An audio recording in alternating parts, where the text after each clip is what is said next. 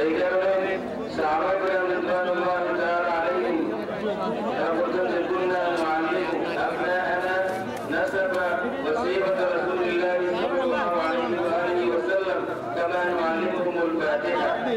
সাহাবায়ে কেরাম বলতেন আমরা এই কারণে আমাদের বাচ্চাদেরকে আল্লাহ রাসূল সাল্লাল্লাহু আলাইহি ওয়া আলিহি ওয়া সাল্লামের পবিত্র নসব আল্লাহ রাসূলের সিরাত দিয়ে আমাদের বাচ্চাদেরকে এমন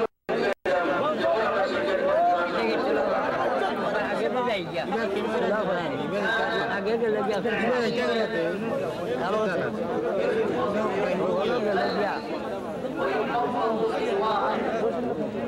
أما اليوم الذي بردت فيه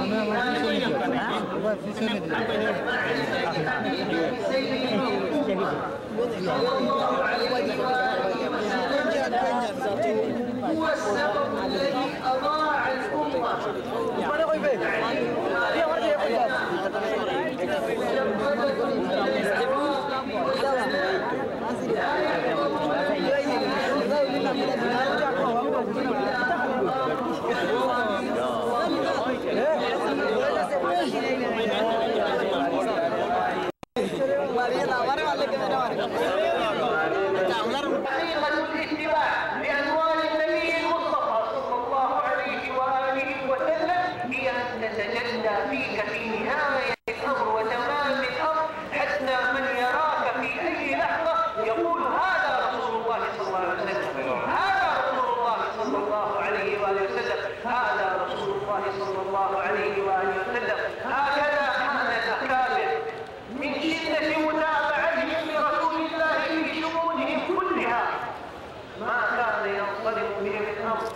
إلا ويأتيهم الإكرام من الحق الديان سبحانه وتعالى.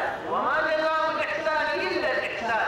أفنيت عمرك في خدمة هذا الدين وفي متابعة شريعة سيد الأولين والآخرين لا يجزين خلقك أخلاق وخلق. حرص على متابعة الأخلاق تكرم الخلق والخلق.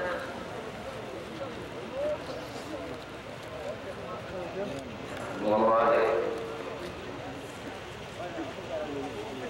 ضروري تعمل يدي إلى تقليد يعني هذا المقام يعني محاولة قدر الإطلاع التي لا تقليد رسول পাক সাল্লাল্লাহু আলাইহি ওয়া আলিহি ওয়াসাল্লাম সাহাবায়ে কেরামকে একেবারে ছোট থেকে নিয়ে বড় সব কিছু পুঙ্খানুপুঙ্খভাবে শিক্ষা দিয়েছিলেন। আল্লাহ রাসূল সাল্লাল্লাহু আলাইহি ওয়া আলিহি ওয়াসাল্লাম কোন সময় বলেছেন বুঝু আননি মানাসিকাকুম, তোমরা হজের মানাসিক আমার থেকে শিখে নাও। আল্লাহ রাসূল সাল্লাল্লাহু আলাইহি ওয়া আলিহি ওয়াসাল্লাম এমন ছোট ছোট বিষয় সাহাবায়ে কেরামকে শিক্ষা দিয়েছিলেন, কি করে টয়লেটে যেতে হবে এই ব্যাপারে আল্লাহ রাসূল সাল্লাল্লাহু আলাইহি ওয়া আলিহি ওয়াসাল্লাম মুহাব্বতের সাথে আদর করে সাহাবায়ে কেরামকে শিক্ষা দিয়েছিলেন। এবং আল্লাহ রাসূল সাল্লাল্লাহু আলাইহি ওয়া আলিহি ওয়াসাল্লামের ইত্তেবা করতে এমন ইত্তেবা হওয়া উচিত যেমন আমরা চলাফেরায় সব ব্যাপারেই আল্লাহ রাসূল সাল্লাল্লাহু আলাইহি ওয়া আলিহি ওয়াসাল্লামের সুন্নাত কি ছিল, আখলাক কি ছিল, সব কিছু যেন পুঙ্খানুপুঙ্খভাবে এমন ইত্তেবা করা হয় যাতে সাধারণ কোনো মানুষ অন্য কাউকে আল্লাহ রাসূলের অনুসারীকে দেখলে এই কথা বলতে পারে হাযা রাসূলুল্লাহ, হাযা রাসূলুল্লাহ, হাযা রাসূলুল্লাহ। এই তো রাসূলুল্লাহ সাল্লাল্লাহু আলাইহি ওয়া আলিহি ওয়াসাল্লামের এই উপমা অর্থাৎ যাকে দেখলে রাসূল পাক সাল্লাল্লাহু আলাইহি ওয়া আলিহি ওয়াসাল্লাম সাল্লাল্লাহু وعلى هذا فإنه لن يعود مجد للأمة المخلدين إلا برجوع حقيقي لمحبة خير البرية حتى يختلط لحمك وعصبك وشعرك وجلدك وكل ما فيه بمحبة رسول الله صلى الله عليه وآله وسلم. وحقيقة المحبة أن تتعلم كيف كان سيد الأحبة. ما اتخذ الله من ولي جائز فلا بد من العلم ولا بد من التعليم كإنفاق وزكاة العلم إنفاقه وتعليمه والدعوة إلى الله وغيره. هذا الهدهد سيدنا سليمان قالوا غيرته حينما رأى قوما يعبدون غير الله تحرك إلى سيدنا سليمان فكان من آمنت تلك الأمة وأتت مؤمنة. فكيف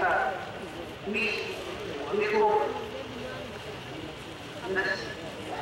نسأل الله أن يجعل بنا من هذه الغيرة ما كان في قلوب الأكابر من الرجال، ونسأله أن يجعل ما كان من محبة في قلوبهم أن يجعلها في قلوبنا في هذه الأيام التي نحن أحوج ما نكون فيها وفي غيرها من الأيام والسنين وفي سائر أهلنا ووالدينا إنه قريب مجيب.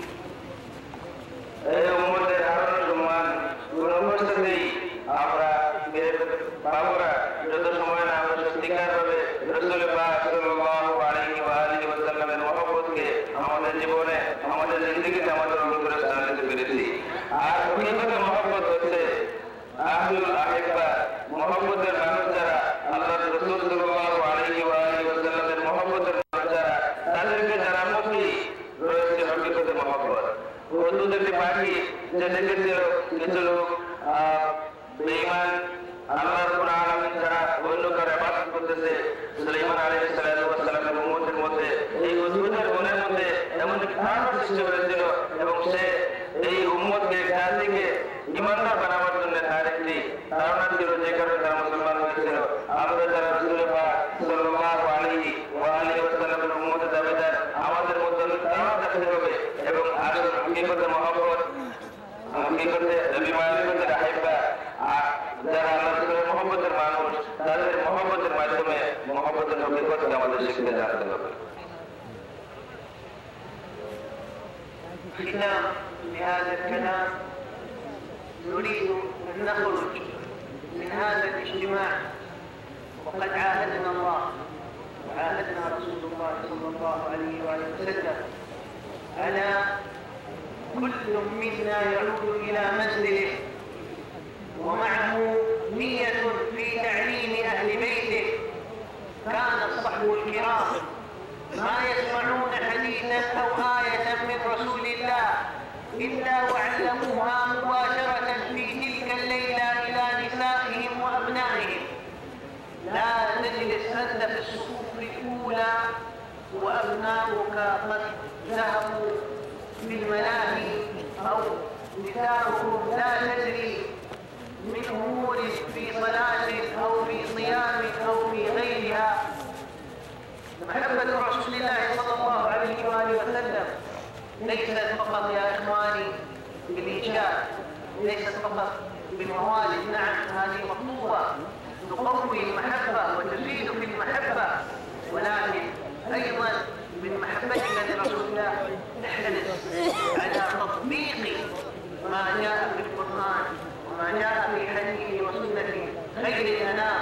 تنظر إلى طفلك إذا قام أو إذا نام أو إذا شرب أو إذا أكل، وكذلك زوجتك، واجعل لك جلسة ولو لحظات معهم تتباحث فيها في تطبيق سيرة خير الأنام. يكون ذلك البيت معمور بالأنوار، معمور بالأسرار، معمور بقراءة القرآن، معمور بأوطان سيد الأكوان صلى الله عليه وآله وسلم. بلغنا الله وإياكم، وصلى الله على سيدنا محمد وعلى آله وسلم.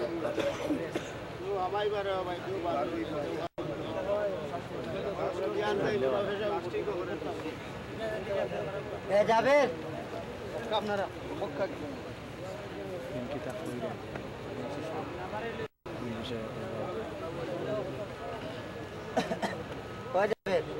পাইছত নানি পালাই আইও ঠিকা তারা আইবেন